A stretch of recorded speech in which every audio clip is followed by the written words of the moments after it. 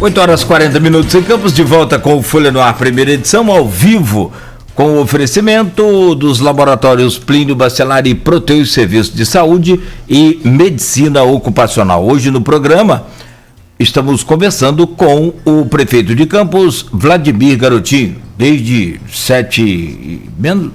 pouco mais de 7h10 da manhã. Já falamos sobre vários assuntos. Nesse bloco está pré-pautado aqui, conforme o Aloysio falou, para a gente fazer uma avaliação desses 5 meses aí do seu governo, Vladimir. E eu vou abrir o bloco fazendo uma pergunta a você, que causou também aí uma série de críticas na internet, de polêmica, que foi a contratação da empresa MX Gestão de Saúde para otimizar a gestão profissional das unidades hospitalares. A prefeitura chegou a informar, né, que naquela própria sexta-feira, dia 28, né, recuou da assinatura do contrato e que seria aí pelo menos por 180 dias. O que pelo menos não ficou muito claro qual seria, de que forma seria a atuação dessa empresa, que receberia cerca de 33 milhões e 600, né, conforme publicado em publicação da homologação do processo em Diário Oficial. E se você pretende retomar aí as negociações ou retomar essa ideia de contratar essa empresa, e em que sentido é esse trabalho? Cláudio, primeiro é importante saber que não é, como alguns estavam tentando dizer, né, talvez por desconhecimento do contrato em si, uma terceirização da saúde de Campos, né, vamos dizer assim, uma privatização da saúde de Campos. Não é nada disso. Mas também é importante a gente saber como a gente está hoje. Quantas vezes vocês da Folha noticiam, e todos os outros veículos noticiam, falta atendimento no PU tal, falta médico no hospital tal, falta não sei o que no hospital tal. O modelo que foi construído, e aí eu vou citar aqui o vice-prefeito Frederico Paes, porque é gestor da área hospitalar, da área de saúde, é de gestão profissional das unidades 24 horas. Né? E a gestão profissional, ela inclui o nosso servidor. Apenas a gestão passaria a ser profissional. Teria administrador hospitalar profissional, teria responsável do estoque profissional, teria responsável técnico profissional, contratados por uma empresa para poder gerir as unidades 24 horas, e os nossos funcionários continuam trabalhando ali, normalmente, ponto final. O valor de 33 milhões é um registro de preço, porque Campos tem, curiosamente, e aí não é nenhuma crítica à categoria, mas é uma constatação, mais de 1.400 médicos concursados. E mesmo assim, falta médico nas unidades. A prefeitura tem outros milhares de técnicos de enfermagem, de enfermeiro, enfim, vários funcionários, e mesmo assim, falta profissional, falta atendimento, falta material. A gente compra o material, mas falta. Eu me lembro de um final de semana, o secretário ter me dito que na sexta-feira chegou 5 caminhões de material, na sexta-feira, e na segunda da semana seguinte já estava no hospital dizendo que não tinha material mais. Eu falei, não pode. A gente comprou 5 caminhões, chegou na sexta, como é que não pode ter material na segunda-feira? Ou não foi distribuído, cadê o material? E essa empresa, inclusive, ela ia fazer esse controle, né? Porque ela tem sistema que eu vou saber, Aloysio. Por exemplo, um comprimido de dipirona, eu vou saber o CPF de quem aquele comprimido foi dispensado. Essa empresa tem, a empresa, o modelo de gestão, ele tem sistema para isso, né? Para identificar a entrada de qual material, de qual medicamento naquela unidade, a dispensação para o CPF de quem recebeu, o CPF de quem prescreveu, a matrícula de quem prescreveu, enfim. Só que o registro de preço, ele contemplava um colchão de horas médicas. Por quê? Vamos lá, a empresa está fazendo a gestão, vamos dar um exemplo qualquer aqui, no PU da Saldanha Marinho. Está lá o pessoal profissional fazendo gestão, o médico não foi. Não foi, cruzou o braço, não, eu não aceito, e não vou, e estou recebendo mal e tal. A empresa tem um colchão de horas médicas, onde ela vai pegar nesse colchão um médico dela e vai colocar no lugar para não ter desassistência à população como tem hoje. Todo mundo sabe disso. A gente vai, às vezes... Eu fui, segunda-feira, agora à noite, eu cheguei de viagem, eu fui direto 11h30 da noite no PU de Guarulhos. Eu fui lá. Eu tô chegando em Campos, estava chegando de viagem, fui direto no PU de Guarulhos. Tinha médico, estava lá, o médico estava lá, o enfermeiro estava lá, a farmacêutica estava lá, mas eles me relataram alguns problemas pequenos ali de estruturais da unidade, que eu já pedi para ver. Só que na saída, quando eu encontrei a população na rua, estava ali na frente, a população estava reclamando que muitas vezes à noite o atendente diz que não tem médico, mas eles sabem que o médico está lá, porque viram o médico entrar, aconteceu isso. E eu vou dizer aqui, vou relatar o caso. O líder do governo, Álvaro Oliveira, foi ao Sandu de Guarulhos, ao PU de Guarulhos, com uma pessoa conhecida dele. A atendente disse que não tinha médico. Ele me ligou. Pô, prefeito, tá sem médico. Era um domingo à noite. Tá sem médico no PU da Saldanha Marinho. Eu falei, não tá não. Eu recebi a escala médica esse final de semana, que eu pedi para saber se a escala estava fechada ou não. Não, tá sim, eu saí de lá agora. Eu liguei para o Anderson, que é um dos nossos subsecretários, e falei, você vai lá agora. Vai lá agora para saber, porque tem médico na escala. O médico estava lá, Luiz. Trancado na sala. Combinou com o atendente dizer que não estava.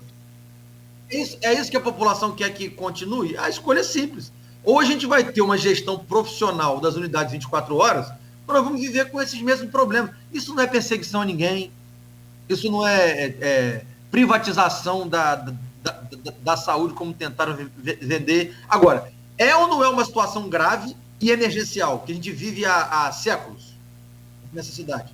Vive. Então a gente preferiu, e aí o modelo foi construído pelo vice-prefeito, pelo secretário de saúde, eles têm essa experiência em gestão. Olha, é emergencial, vamos startar uma licitação emergencial por 180 dias, enquanto se faz um pregão. Vamos fazer emergencial por 180 dias, para que a gente possa começar um modelo de profissionalização e de otimização das unidades 24 horas, enquanto se starta o pregão. E vou avisar, porque o vice-prefeito me disse que poderia avisar, porque ele fez essa consulta. Antes de se lançar a licitação emergencial, o Ministério Público foi avisado do que iria ser feito, de como iria ser feito, por que iria ser feito. Eles foram avisados. Então, assim, a nossa tranquilidade enquanto gestores é porque a gente fez o nosso papel. O sindicato dos médicos, o vice-prefeito Frederico, chamou para conversar. Contou para eles como seria o modelo e eles, segundo o vice-prefeito, e eu acredito no meu vice-prefeito, me disse que eles aprovaram o modelo. Aí depois que saiu, disseram que não aprovavam mais. Eles disseram que aprovavam. O vice-prefeito teve uma reunião com ele. Desculpa, o presidente do CIMEC disse que foi apresentado sem ideia, mas que não um valor, né? Mas olha só, o valor é um registro de preço. Você pode usar as horas médicas ou não. Você tem uma equipe, vamos dar aqui o exemplo. Você tem uma equipe que vai coordenar os pontos chaves dos hospitais, né, os pontos chaves. Você vai ter um custo, eu vou chutar aqui, tá, Luiz? Desculpa a redundância, porque eu não vou ter o valor de cabeça. Isso vai custar para todas as unidades 24 horas, 3 hospitais e as 6 ou 7 UPHs. Vamos supor que custe R$1 milhão a equipe, que daria 12 milhões por ano. Aí, fora isso, a outra metade é um registro de preço de horas médicas. Precisou, vai lá no registro, panha, o médico bota para poder cobrir aquele buraco, aquela falta. É simples assim. O que acontece com quem faltou? Vai tomar falta, não vai receber o salário e vai ser aberto um PAD. Ele é funcionário, ele tem que trabalhar. Simples assim. Isso não é perseguição, gente. Isso é trabalho. As pessoas têm que cumprir a sua carga horária, ponto. É assim que funciona. É assim que é em qualquer lugar onde tem organização, onde tem gestão. Não é perseguição a ninguém, pelo amor de Deus. Agora, se a pessoa não foi no seu dia de trabalho, ela tem que justificar o porquê não foi. Não tem justificativa plausível, toma falta. É normal. É assim na sua empresa ou não é assim na sua empresa? Você tem um funcionário, se ele não cumpre com a sua carga horária, por que você não veio? Não tem atestado médico que comprove? Por que você faltou? Não, hoje você vai tomar falta e vai descontar do salário dele o dia que ele não foi. É uma conta simples, gente. Agora, não dá para a gente ficar sendo, desculpa o termo, sacaneado o povo de Campos, aí não é o prefeito, não é a prefeitura, sem atendimento de qualidade na ponta. Porque falta atendimento, porque falta material, porque não tem gestão das unidades. Olha, no PU de Guarulhos, com todo respeito, e eu gosto muito da pessoa que está nomeada lá como encarregada, tem problema de troca de lâmpada, que tem lâmpada queimada. Isso é gestão da unidade. Isso não é culpa do prefeito. Gente, tem um dreno de um ar-condicionado entupido há 3 anos. E a parede está cheia de bolor, porque tem um dreno entupido há 3 anos. Qual é a dificuldade de alguém ali chamar um bombeiro para desentupir o dreno, lixar a parede e pintar? Isso é falta de gestão da unidade. Como é que o prefeito toma conta de unidade por unidade? Como é que o secretário de saúde toma conta de unidade por unidade? É impossível. Aí quando o servidor reclama de falta de condição de trabalho, eu estou querendo dar a ele.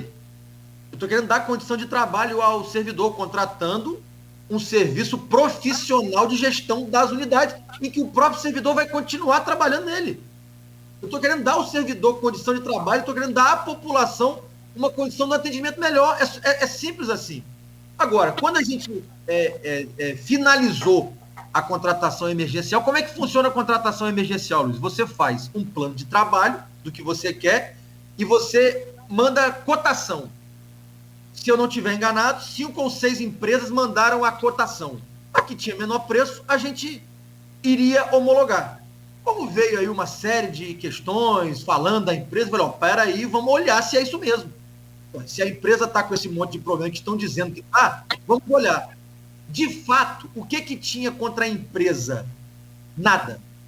Efetivamente, nenhuma ação judicial contra a empresa, nada. Porém, a gente perguntou, olha, aonde vocês prestam serviço de município de porte de Campos?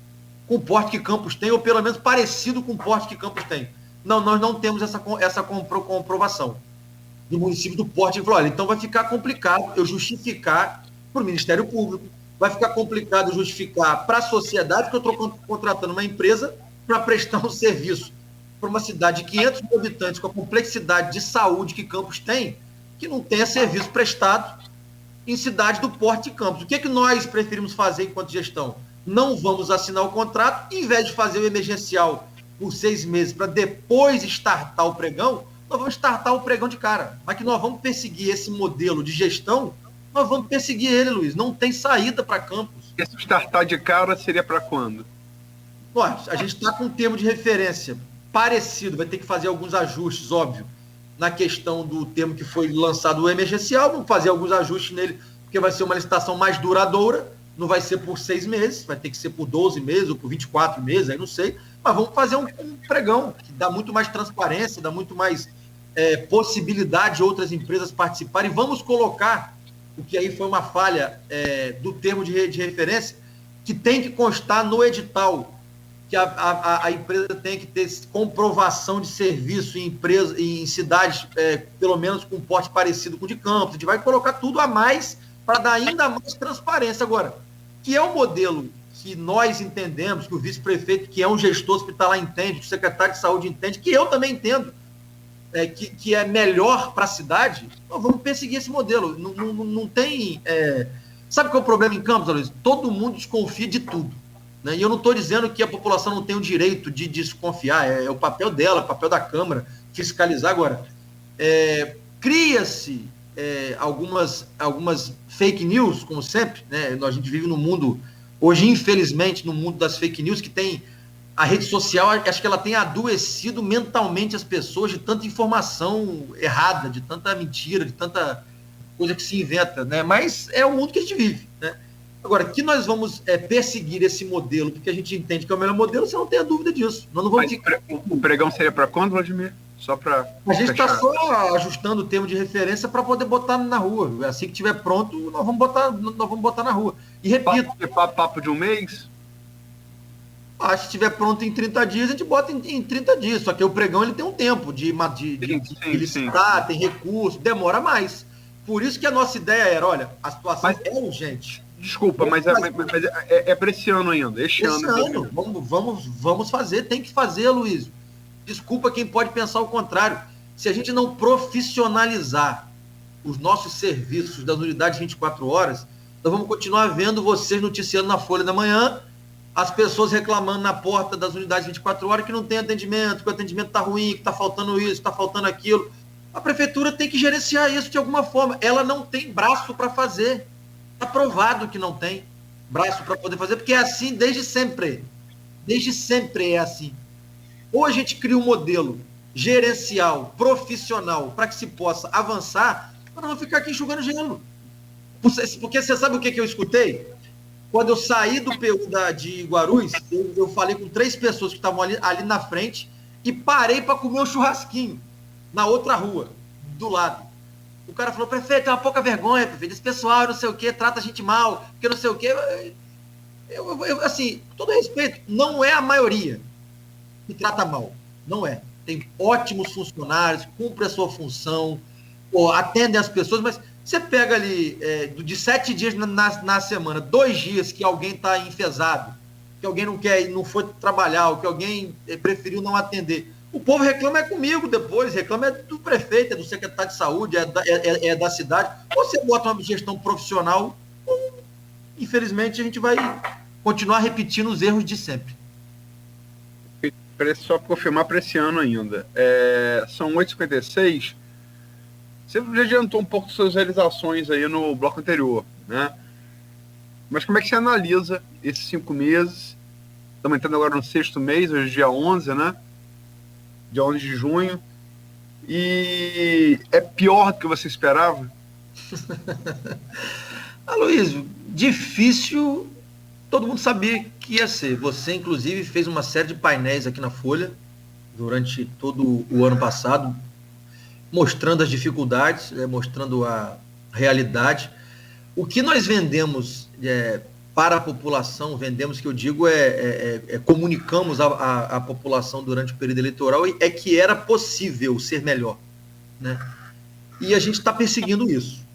Não é fácil mesmo, realmente, quando a gente entra, as coisas são um pouco mais complexas do que a gente está do lado de fora, olhando o número frio, né? Quando a gente entra dentro de uma engrenagem, é que a gente percebe como a engrenagem está rodando. Por exemplo, vou te dar um exemplo. Vocês sabiam, porque, Aloysio, eu não sou o tipo de político que, para me promover, eu fico atacando o passado de forma permanente. Eu faço a pontuação ali, a crítica que tem que fazer, e eu sigo, né? Rafael, por exemplo, passou 4 anos criticando, e acho que ele perdeu muita energia nisso, e por isso talvez não tenha conseguido ter tempo e paz para fazer o que a cidade precisava, e talvez nem competência nem equipe para fazer o que precisava ser feito. Por exemplo, vocês sabiam que no dia 26 de dezembro deu um apagão no sistema de controle de estoque da Secretaria de Saúde? Um hacker invadiu, apagou. Ou seja, nós entramos na Secretaria de Saúde, dentro dos hospitais, sem saber o que tínhamos em estoque. Um caos completo. Eu entrei na Secretaria de Fazenda no dia 1º de janeiro, todos os sistemas haviam sido apagados. Planilha de controle tinha sido apagados. Eu não tinha sequência histórica de nada. Eu tive que, ao longo desses 5 meses, criar a minha própria sequência histórica daquilo que a gente foi vendo no meio do caminho. Então, assim, além de ser difícil, se tornou mais difícil, né, do que a gente previa. Por exemplo, essa questão de não poder pagar nenhum tipo de funcionário com royalties. A gente não estava contando com isso, não estava no nosso planejamento. Apareceu na primeira semana de janeiro. A gente se deparou com aquele voto do Tribunal de Contas e falei, e agora? O que nós vamos fazer? Então, assim, tudo muda, né? E pode mudar mais ainda, porque a gente não é... O governo não é uma coisa fixa, né? Você pode ter bloqueio judicial, você pode acontecer alguma coisa com a economia, o barril do petróleo pode cair de novo, enfim. É difícil, realmente, lidar no dia a dia. Toma muito tempo, é muito desgastante. A gente lidar com a burocracia do serviço público, que algumas coisas deveriam ser mais rápidas e mais ágeis. Infelizmente não são, porque é como funciona o serviço público. Você tem que prestar conta, tem que fazer parecer, tem que fazer licitação, aí tem contra-razão, e tem recurso. Demora, é o poder público. A gente se esforça para que seja o mais rápido possível. Agora, eu acho que a gente conseguiu avançar em 5 meses, em 6 meses. Se eu fosse, Luiz, fazer um comparativo de meses, vamos dizer assim. 5 meses. O que foi feito em 5 meses? Vamos botar uma coisa por mês, né, para a gente fazer um comparativo de número. Primeira coisa que foi feita em 5 meses, salários em dia em 5 meses. Todo mundo, do funcionário público ao RPA, porque existia essa divisão interna na prefeitura. Um funcionário recebia e outro não. Hoje todo mundo recebe na segunda semana do mês. Impreterivelmente, e quando eu pude adiantar, eu adiantei, que foi no caso do Dia das Mães. Nós antecipamos para a primeira semana do mês, por conta do feriado do Dia das Mães, para o comércio poder respirar. Tinha dinheiro no caixa, eu falei, vamos antecipar. Então o salário está em dia.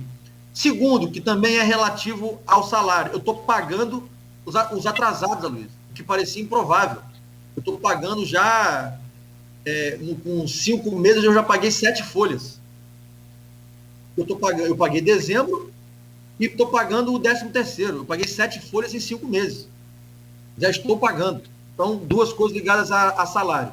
Terceira, as vans voltaram a circular no centro. Para muita gente isso pode ser ruim, para mim é ótimo. Está movimentando o centro da cidade, está movimentando o comércio, as pessoas podem vir do seu distrito, do seu bairro, de novo para o centro da cidade. Esta semana inauguramos mais um ponto, que foi um pedido das entidades de classe, do setor produtivo ali na 7 de setembro, para poder irrigar aquele trecho do comércio que está morto, deserto ali, lojas fechadas, alugando. Inauguramos um terminal ali que foi pedido deles há 15 anos, eles me disseram. E há 15 anos eles pedem que seja um ponto de embarque e desembarque ali. Conseguimos chegar num consenso junto com o IMTT, junto com o setor de transporte, para poder botar um terminal ali. Reabrimos o restaurante popular, Luiz, em 4 meses, ficou 4 anos fechado. E é bom que se diga que o governo Rafael, na época o Marcão era o secretário, ficou mais de 1 ano, Luiz, pagando o aluguel de um galpão, dizendo que ia abrir o restaurante e nunca abriu. Ali onde era Boxcar, no centro da cidade, ficou 1 ano pagando 18 mil de aluguel, sem nunca ter reaberto, dizendo que ia abrir. Nós reabrimos em 4 meses. Podemos falar das entradas vicinais do professor Almir, com uma garra tremenda, pedindo máquina emprestada, porque a prefeitura não tem máquina. Eu consegui um dinheiro ainda como deputado federal, que está para licitar pelo consórcio intermunicipal, pelo Ocidente, para comprar maquinário próprio para a prefeitura, porque a prefeitura não tem máquina.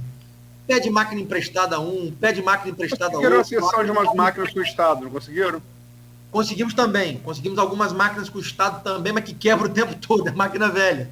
Quebra, a gente conserta. É máquina velha. Mas, enfim, a gente está se virando do jeito que pode, né, nesse início de governo. E posso aqui citar a sexta, que vai começar agora segunda-feira, que vai ter uma reunião com a associação do Shopping Popular. Nós vamos retomar a obra do Camelô, e aqui eu quero fazer um agradecimento especial à minha irmã, a deputada Clarissa Garotinho, que é com recurso dela. Nós vamos poder voltar a essa obra. Ela me deu 4,5 milhões de emenda impositiva, que é aquele emenda que você pode botar onde você quiser, que é a chamada transferência direta, né? E como ela me deu uma emenda livre, eu botar onde eu quiser, eu escolhi gastar junto com ela, combinado com ela, obviamente, na retomada e na conclusão da obra do Shopping Popular, porque movimenta todo o comércio central e a gente, tudo quanto é lugar que trabalha ali, que visita ali, que mora ali, e que sofre até hoje com aqueles alagamentos na descida da ponte. O que era ponto provisório já está definitivo há 6 anos. Nós vamos tirar eles dali, se Deus permitir. Segunda-feira eu estou reunido junto com a empresa, porque nós fizemos o reconhecimento de uma dívida que a empresa tinha, se não tiver enganado, no valor de 700 mil reais, de 2 medições antigas dela. Reconhecemos a dívida, porque a dívida ela é real. Vamos pagar aí essa dívida e vamos retomar a obra. A obra vai custar, no total, acho que 5 milhões de reais. Minha irmã me deu 4,5, ou seja, que eu prefeitura, vou colocar 500 mil. E começa quando, Vladimir? A reunião com a empresa, os permissionários é segunda-feira, e nós vamos anunciar na segunda-feira a data. A empresa só está vendo o cronograma dela, porque como ela vai receber um recurso agora, ela tem que mobilizar pessoal, fornecedor, enfim. A curto prazo, né? Oi? Curto prazo, né? Olha, pelo que a empresa me disse, é uma obra que demanda de 7 a 8 meses, tá? Pelo que a empresa me disse. Mas ela me disse que dependendo do caixa, da velocidade do caixa de pagamento, ela pode tentar antecipar. Mas eu não vou garantir quando termina, porque isso independe. Eu falo curto prazo no início da obra. Ah, sim, a obra é curtíssimo prazo. Se Deus nos permitir, em 10, 15 dias. A gente retoma então papo para primeiro semestre de 2022, com certeza, com certeza absoluta. É para começar agora. Não tem mais muita conversa. Reconheceu-se a dívida, tinha realmente a dívida, a Procuradoria deu o parecer, a Secretaria de Obras deu o parecer de 2 medições antigas que estavam paradas lá, que Rafael não botou para frente. Nós reconhecemos, é justo, é válido, está lá tudo comprovado que foi feito. Vamos pagar, acho que se não pagar hoje, paga segunda. É o tempo que a empresa tem de fazer o cronograma de início da obra. Enfim, os camelôs de Campos podem ficar certos. Eu prometi, eu vou cumprir.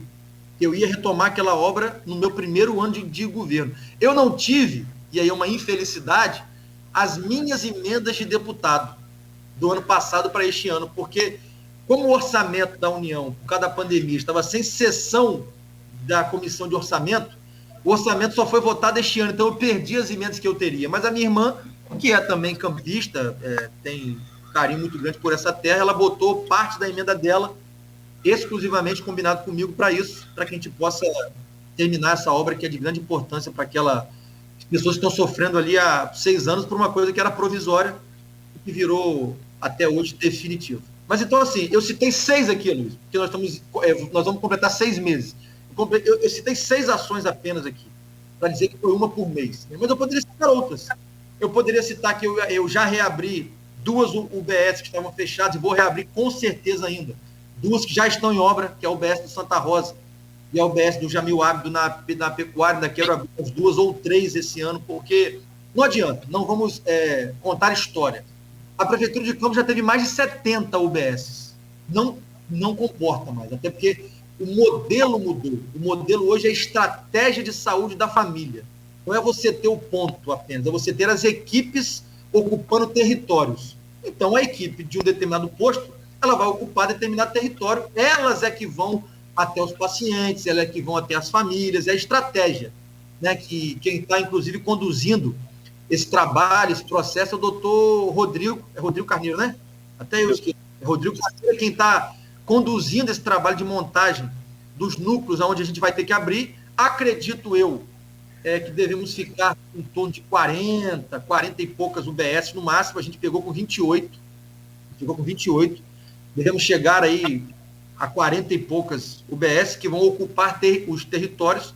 Se puder ter mais, tiver dinheiro, porque o dinheiro não é nosso. Quando você consegue cadastrar as equipes do Estratégia de Saúde da Família, você recebe dinheiro federal. Se a gente conseguir contratar 200 equipes, cadastrar 200 equipes, eu posso ter 200 postos. Não tem problema nenhum. Se eu conseguir credenciar 500 equipes, eu posso ter 500 postos. Só que nem pode, porque cada equipe é para um determinado número de habitantes. Né? Acho que entre 2 a 4 mil habitantes é o que uma equipe comporta.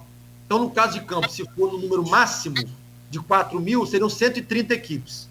Né? Se for 2 mil pessoas, que é o número mínimo, 260 equipes. Então, se a gente quanto mais equipes a gente conseguir cadastrar, mais postos de saúde nós vamos conseguir abrir. Então, eu acho que a gente avançou, Luiz, né? E o principal é o equilíbrio das contas da prefeitura. Porque sem equilíbrio das contas, você não consegue nada. Você não consegue investimento.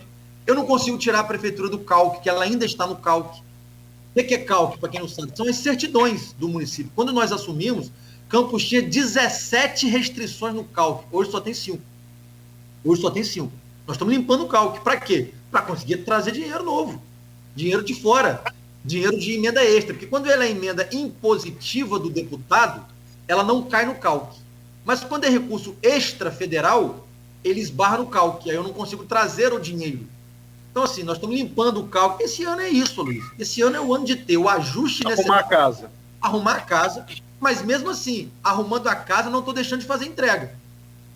As entregas não são a contento, não consegui chegar em determinado bairro ainda, a limpeza de determinado bairro não está a contento. Olha, sobre a limpeza eu queria deixar um capítulo especial para falar sobre a limpeza, porque Campos recebe taxa de coleta de lixo por ano 12 milhões de reais, que é arrecadado por ano, em torno de 12. O contrato da Vital custa 51. Então você tem um serviço deficitário, que a prefeitura complementa esse serviço. Quando nós assumimos a prefeitura, a Vital tinha 30 pessoas na rua, apenas, 30. Hoje já tem 100. Você vê que a limpeza da área central da cidade melhorou muito, mas infelizmente ainda é pouco. Nós não conseguimos alcançar os bairros mais longe. A gente está fazendo mutirão, a gente está entulho, estamos criando os antigos PEVs, né, que é o ponto voluntário de entrega de entulho. Já inauguramos um e vamos inaugurar outro agora ali na Avenida Nossa Senhora do Carmo. No nosso planejamento, a gente vai ter 10 PEVs para a pessoa poder jogar o entulho no PEV e não jogar na rua, para a cidade ficar menos suja. Mas é um trabalho diário. Choveu, por exemplo, como está chovendo, o mato cresce. Não tem jeito. E nós só temos 100 homens. No auge da Vital aqui no governo Rosinha, a Vital tinha 300 e tantos homens na rua. 300 e tantos homens na rua. Hoje ela tem 100. Na época de Rafael tinha 30. E o que eu tô pagando de diferente de Rafael? Nada. Rafael pagava o valor e eu tô pagando o mesmo valor, só que ela tá com 3 vezes homens a mais na rua. Por que será? É gestão, é conversar com a empresa, é garantir ela pagamento em dia. A empresa nos relatou o seguinte: prefeito, a gente chegou a ter dívida com o governo Rafael de mais de 30 milhões. Ele não pagava. Como é que a gente ia botar um homem na rua? Tendo que pagar multa, pagar não sei o quê, pagar rescisão, pagar não sei... Quando a gente garante ela uma regularidade de pagamento, ela consegue aumentar o número de trabalhadores, que ela sabe que ela não vai pagar multa, que ela não vai ter problema de caixa dela, tem que pegar dinheiro com a acionista, porque é uma grande empresa, ela é uma SA. Então, assim, a gente conseguiu melhorar, mas ainda precisa avançar mais. E aí que eu digo a importância voltando a falar aqui da importância do ajuste em algumas taxas e impostos do município que são muito pequenos. Por exemplo, nesse novo Código Tributário, Luiz, que estão dizendo que eu estou querendo aumentar imposto, sabe em quanto está aumentando a taxa de lixo para a zona residencial 1, que é aqui o Parque Tamandaré, São Caetano, sabe em quanto está aumentando? R$40 por ano para cada pessoa que mora aqui na zona residencial 1. As pessoas estão dizendo que eu estou aumentando imposto. Não estou, desculpa, R$40 por ano para quem mora aqui no Parque Tamandaré, São Caetano, Pinico, essa área mais nobre não vai quebrar ninguém. E a prefeitura precisa conseguir ter condição de melhorar os seus serviços. É simples assim. Né? As pessoas têm que escolher o que é mais importante para elas. É continuar morando na cidade suja? O mato? É simples. Não tem grandes modificações. Buraco nas ruas. Então, buraco na rua. Vamos chegar no buraco na rua. Eu consegui um recurso com o senador Carlos Portinho no final do ano passado de 8,5 milhões para recapeamento e tapa-buraco. Está em processo na Caixa Econômica Federal, como eu falei. O serviço público é muito burocrático. Nós, prefeitura, temos uma usina de asfalto frio, que foi nos doada pela Águas do Paraíba no final do governo Rafael. Eles doaram para Rafael essa usina. Só que Rafael nunca usou. A usina nunca foi usada, a ponto de eu ter que refazer. A gente teve que chamar de novo a Águas do Paraíba para refazer as sapatas lá do lugar onde o caminhão sobe para despejar o material. A usina nunca foi usada. Ela já está em funcionamento e nós estamos vamos licitar aluguel de máquina para isso, que a prefeitura não tem máquina. O material a gente está fazendo também, o registro de preço para compra. O que é a compra do asfalto frio? Né? É a emulsão, areia e brita. É basicamente isso. Emulsão, areia e brita. Isso é muito barato. Muito barato. A prefeitura está fazendo o registro de preço e vai comprar isso. Né? E a gente tem que alugar máquina, porque nós prefeitura, não temos máquina para isso. Está sendo colocado na rua também o registro de preço para poder a gente fazer aluguel de máquina para poder começar a melhorar esse aspecto da cidade, que é o que mais me incomoda, inclusive. Eu, enquanto prefeito, digo aqui, a quem está me escutando, que o que mais me incomoda ainda é a quantidade excessiva de buraco que a gente tem nas ruas de Camas, que, se Deus quiser, muito em breve, com a liberação do dinheiro do senador Carlos Portinho, que está em processo na Caixa Econômica, e a nossa licitação aqui de contratação de material e de maquinário, a gente vai dar um boot geral aí, se Deus quiser. Mas eu falei algumas coisas. Tem alguma coisa papo para quando? Papo para quando? O tapa-buraco é papo para quando? Não, já está em processo de finalização de edital. Não, para começar, projeção. Não, Luiz, a gente está fazendo muito timidamente. Tem sido feito, por exemplo, foi feito na Beira Rio agora, antes de começar as chuvas, estava na Beira Rio, fez quase um trecho da Beira Rio inteiro, ficou faltando, eu acho que da Igreja Universal para lá. O restante que começou a chover teve que parar. Está tímido. A Rua Antônio Manuel, que era um problema crônico, aqui na área central de campo, foi feito também o tapa-buraco. A gente está fazendo de maneira tímida, né? Porque é a condição que a gente tem hoje, de maneira tímida. Mas o termo de referência para licitar tanto o material nosso quanto as máquinas já está sendo finalizado para mandar para a licitação. Aí é o tempo da licitação, aí não depende também de... Porque licitação você sabe como é, tem recurso, alguém recorre, é o tempo da... Mas é ainda para 2021. É para agora, já vai... Eu acho que em 30, 40, 50 dias a licitação já está na rua. Aí o tempo da licitação é o tempo dela, entendeu? Porque as pessoas costumam achar que é muito fácil. Entrou, tem que tapar o buraco. Gente, eu preciso de máquina, eu preciso de material, eu preciso licitar, a licitação demora. Por exemplo, a questão do kit alimentação, que tem me incomodado muito, das crianças. A licitação vai fechar agora essa semana. Por que vai fechar agora essa semana? Foi tudo feito de maneira transparente. Pregão eletrônico, disputa nacional de preços, uma empresa ganhou, a outra recorreu, aí a outra depois recorreu também, recurso daqui, recurso dali. O que eu, enquanto gestor, posso fazer? Vou fazer besteira? Eu não vou fazer besteira. Agora, a gente assumiu a prefeitura numa realidade que não tinha nada, e a gente está correndo atrás para fazer a papelada andar. A licitação está fechando essa semana, se Deus permitir, fecha ainda essa semana, e o prazo contratual que a empresa tem para começar a distribuir os kits é 4 dias após a assinatura do contrato. Fechou a licitação, assina um contrato, em 4 dias as crianças começam a receber o kit. 16, antes que Cláudio Nogueira me mate, Cristiano depois queime meu corpo, eu vou te pedir uma análise. Mande um abraço pro Cristiano, gosto muito dele. Mas, rapaz, cobrança Cristiano é pior que tirar Silvio sem anestesia. Você é um político, já tem, apesar de jovem, tem uma vasta experiência, teve em Brasília, conhece aquilo lá, relações com o Palácio Guanabara, né, Laranjeira, você está sempre na Alerj, enfim, projeção sua, não como prefeito, como analista político, para governo do Estado em 2022 e presidente da República. Governo do Estado, eu acho que o Cláudio se reelege. Eu acho que ele é um político hábil, ele consegue transitar até com os adversários, o que é muito bom, você conseguir conversar, dialogar, e inclusive o meu perfil um pouco parecido com ele, de dialogar com os diferentes, de conversar com as diferentes correntes. Eu acho que ele vai ter a oportunidade, e agora vai depender muito da capacidade de execução do governo dele, de colocar obras importantes na rua, porque dinheiro ele vai ter bastante, com a venda da SEDAI tem bastante recurso em caixa. Eu acho que ele se reelege. Acho que o Cláudio tem bastante chance de reeleição. No cenário nacional... Segundo turno com Freixo, né? Eu acho que o Freixo não é candidato. É uma avaliação pessoal minha, eu acho que o Freixo não será candidato. Eu não sei efetivamente quem será o adversário do Cláudio. Sinceramente, eu olho para o cenário, eu não consigo enxergar ainda quem será o adversário dele. Alguma possibilidade de seus pais? Não, zero. Meu pai, a gente tá... Meus pais estão em outra fase de vida, Luiz. Meus pais trabalharam muito, fizeram muito pelo Estado, por campos, sofreram muita coisa. Meu pai é um cara de muito embate, muito confronto. Meu pai está com 61 anos, né? Meu pai está na hora de dar uma desacelerada. Ele não é candidato a governador, pode ser candidato a deputado, pode. Senador? Não, deputado. Meu pai, se for candidato, é candidato a deputado, né? Ou federal ou estadual. Eu até prefiro que ele seja federal para me ajudar mais em Brasília, porque ele é uma pessoa que tem muito acesso e muita influência lá, mas enfim, é uma decisão política e familiar também, mas candidato a governador e senador ele não será.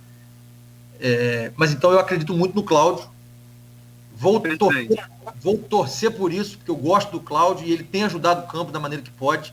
Não da maneira que eu gostaria como prefeito, porque eu entendo, ele tem que ajudar 92 municípios, mas tem ajudado o Campos, eu não posso falar diferente disso, e me garantiu na presença do vice-prefeito, que foi comigo na última segunda-feira, que vai ajudar ainda mais agora com o investimento, né, que é o dinheiro que ele vai ter da venda da SEDAI. Para presidente, eu já vejo um cenário muito mais complicado e muito mais confuso, uma polarização exacerbada entre esquerda e direita, com dificuldade da construção de uma outra candidatura de centro.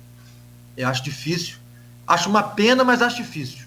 Eu acho que o Brasil precisa de equilíbrio e não de radicalismo, né? Nem para um lado e nem para o outro. O radicalismo é que leva a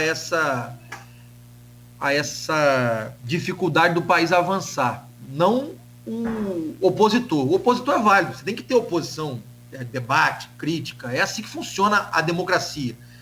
Agora, o radicalismo tem levado o Brasil, tem levado alguns estados e alguns municípios à bancarrota, porque tudo vira motivo de crítica, tudo vira motivo de ofensa, tudo vira motivo de judicialização, e aí o país não caminha. É muito ruim. Eu acho que Bolsonaro está com uma rejeição muito alta. Eu tenho acompanhado pesquisas nacionais, eu faço parte de vários grupos de deputados ainda aqui no WhatsApp, eu acompanho as movimentações, as conversas, as pesquisas. Corre um risco de, dependendo do partido que ele for, ele ter uma debandada de apoio político. E eu acho que ele sabe disso, porque ele foi parlamentar há muito tempo, ele conhece como funciona o Congresso. Houve aí uma possibilidade aventada dele ir para o Patriota, que é um partido pequeno. Bom, se ele for Patriota, corre risco dele ter uma debandada política partidária muito forte, que é um partido... Enfim, é uma situação difícil de você conseguir sustentar isso dentro do... E Lula está amarrando com o Centrão, né? Você está sabendo. É exatamente por isso. Corre o risco de haver uma debandada política da base de apoio do presidente, e essa eleição não será como a outra.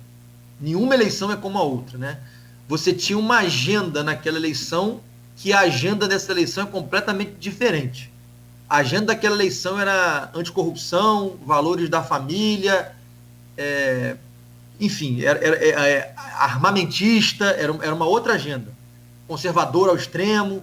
A agenda dessa eleição é uma agenda da fome, é uma agenda do cara desempregado, é uma agenda do país que precisa crescer, que está empacado, das medidas econômicas que não estão dando certo.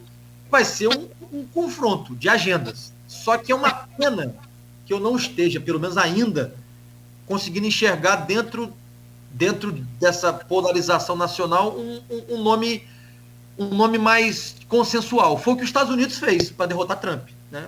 Os Estados Unidos encontrou um nome mais consensual, em que foi todo mundo para aquele nome, para que pudesse derrotar um adversário em comum.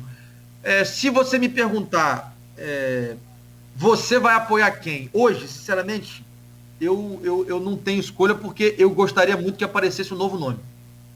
Eu gostaria muito que aparecesse um nome mais equilibrado, que tivesse, que conseguisse passar para a nação, né? Aí eu falo enquanto brasileiro e não enquanto gestor, o equilíbrio necessário para que o país possa ir para o trilho, sabe? Está muito difícil viver, está tudo muito caro, alimento está caro, combustível está caro, viver está caro, mais de 70% da carga tributária está concentrada na União, que foi uma promessa de campanha do presidente Bolsonaro e do ministro Paulo Guedes de descentralização de recursos. Não aconteceu e não mais irá Brasil, acontecer. Menos Brasília.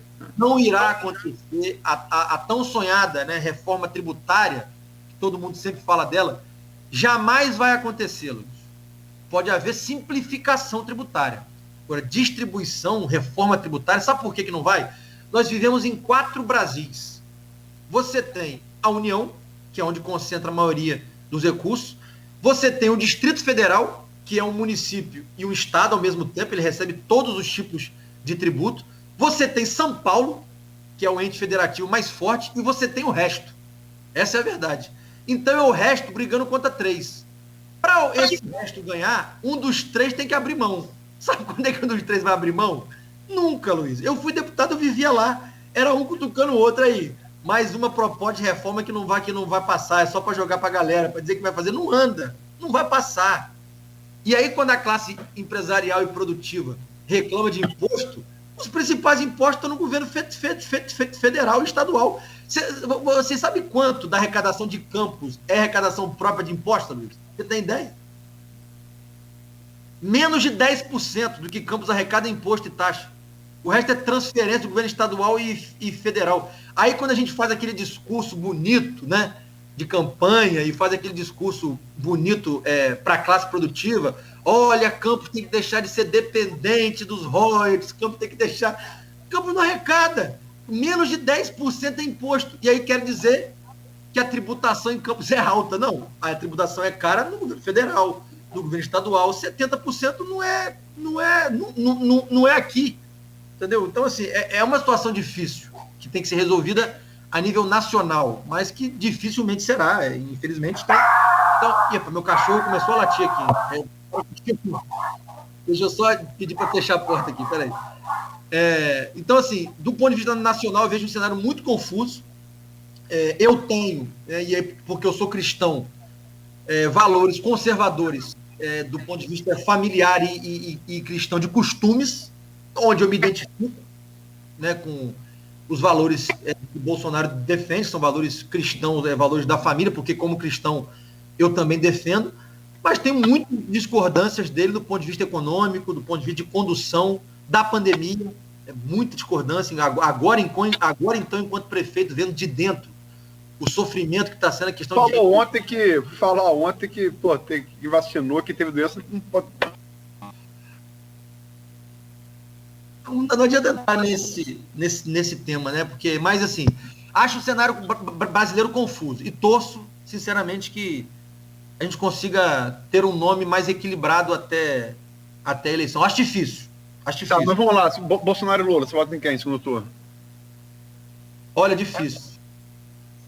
Mas eu respeito a opinião de todos, mas é uma decisão difícil. Eu acho que Lula teve um papel importante em determinado momento do país. Acho também que ele errou muito, principalmente contra o sistema financeiro que ele tanto combateu, e na hora que ele teve oportunidade, ele não fez, né? Mas acho também que ele teve os seus méritos, ele distribuiu renda, ele deu comida a quem precisava. Acho que tiveram obras importantes também no país, mas eu acho que o tempo vai mostrar que o país precisa de alguém que encontre equilíbrio e não radicalismo. Lula não defende o equilíbrio, né? Ele defende uma política que ele diz ser de esquerda, mas que na prática não foi de esquerda, né? Então, e Bolsonaro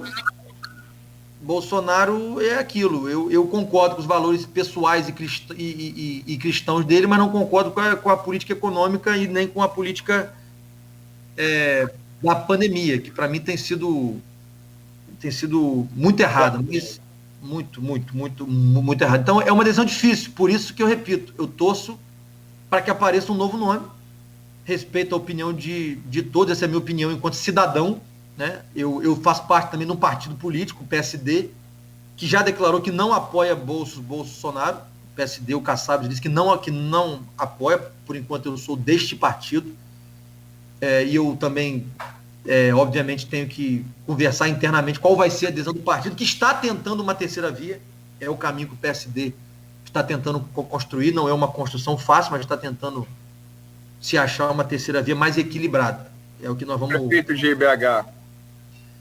Olha, se falam muitos nomes, se falam no presidente do Senado, o Márcio Pacheco, se falam no prefeito de Belo Horizonte, o Alexandre Calil, se falam no ACM Neto, que foi prefeito de Salvador, que é um nome que foi um prefeito considerado popular na Bahia, mas que eu não sei se emplaca, eu sinceramente não sei. Eu gosto, e aí é uma questão pessoal minha, eu gosto do Ciro, eu, Vladimir, gosto. Tem Eduardo Leite também lá do Sul? Não, mas não é candidato. Mas assim... Eduardo Leite, Tasso de Gereissati, PSDB... o próprio João Dória, não necessariamente, Aloysio, vai sair do PSD, né? O PSD busca uma composição de um nome mais equilibrado, né? E eu torço para que esse nome apareça. Não sei se vai aparecer até lá. E até lá tem muita água para rolar ainda. E Moro? Moro, boa, Nogueira. Moro? É. Eu nunca gostei do Moro. Agora, tem uma coisa também, só para fechar essa nacional. Está governando um município com pouco recurso. Está vendo a dificuldade que é. Lula governou o Brasil no boom das commodities. Será que Lula vai ter o mesmo resultado governando no momento de recessão? Não dá para saber. Mas é um porém, né? É como eu querer comparar o meu governo com o governo da minha mãe. É impossível. Exatamente. É impossível. A minha mãe teve um determinado momento que tinha muito dinheiro de royalties, onde ela conseguiu fazer obras importantes, como Bairro Legal, Casa Popular, dezenas de praças, escolas, creches. Assim, ela tinha dinheiro de investimento, né? Hoje esse dinheiro não existe. O que eu preciso fazer? Aloysio, eu compreendo perfeitamente o meu papel enquanto gestor no momento de crise. Porque nós estamos vendo crise humanitária, sanitária e fiscal. A gente não pode esquecer que nós estamos em pandemia. Que às vezes é tanto problema para se resolver no dia a dia que as pessoas esquecem que nós continuamos vivendo uma pandemia. E que o gasto com saúde hoje é muito maior do que era antes. Então, assim, a gente continua vivendo um momento difícil. Agora, eu compreendo perfeitamente o meu papel. Qual é o meu papel hoje? Eu abri mão do meu conforto de vida particular e política, enquanto deputado federal, para vir para uma missão. Qual é a minha missão aqui? E aí eu entendo muito bem, e por isso que eu recebo as críticas bem, porque eu sei qual é a minha missão. Eu sei que eu não vou ser salvador da pátria, eu sei que eu não vou conseguir resolver todos os problemas que todo mundo gostaria que eu resolvesse. O meu papel aqui é equilibrar a cidade e preparar ela para investimentos externos. Esse é o meu papel aqui. Equilibrar as contas da cidade, reabrir o restaurante popular para o povo pobre ter o que comer, deixar a cidade com mais infraestrutura. Aos poucos, de uma vez, eu não vou conseguir. Eu vou priorizar, Luiz, você pode ter certeza disso. Eu vou priorizar as estradas vicinais, como eu tenho um compromisso com o professor Almir, com o meu vice, com o Paz, estradas vicinais de Campos. Eu tenho esse compromisso, eu vou fazer todas, se Deus permitir, para reforçar a agricultura, o homem do campo, ter uma cidade mais arrumada, com menos buraco, mais limpa, com a iluminação melhor. Esse é o meu compromisso, de ter uma cidade funcional e atrair investimento, porque hoje nós não temos dinheiro para investimento pesado. Isso é claro para todo mundo, isso é óbvio. Agora, que dá para ser melhor, dá para ter equilíbrio nas contas, e dá para ter capacidade de buscar e atrair recursos, claro que tem, é óbvio que tem, só que isso não é do dia para a noite. Então eu compreendo muito bem o meu papel, e eu digo com toda a franqueza do coração, se eu sair daqui a 4 anos, se eu não me reeleger, ou se eu não quiser ser candidato à reeleição, eu vou dizer, olha, eu vou pegar os números, os indicadores e vou mostrar. Ó, gente, eu peguei assim, estou entregando assim, e a vida que segue. Eu conheço muito bem o meu papel, por isso que eu não aceito queda de braço com a Câmara, por exemplo. Não existe vitorioso e perdedor nisso, gente. Ou a gente entende que Campos é um caminho único para tirar a situação que está, ou não vou ficar aqui brincando de fingir que um é vereador e outro é prefeito, e que um está brigando com o outro para ver quem vai ganhar queda de braço. Isso não existe.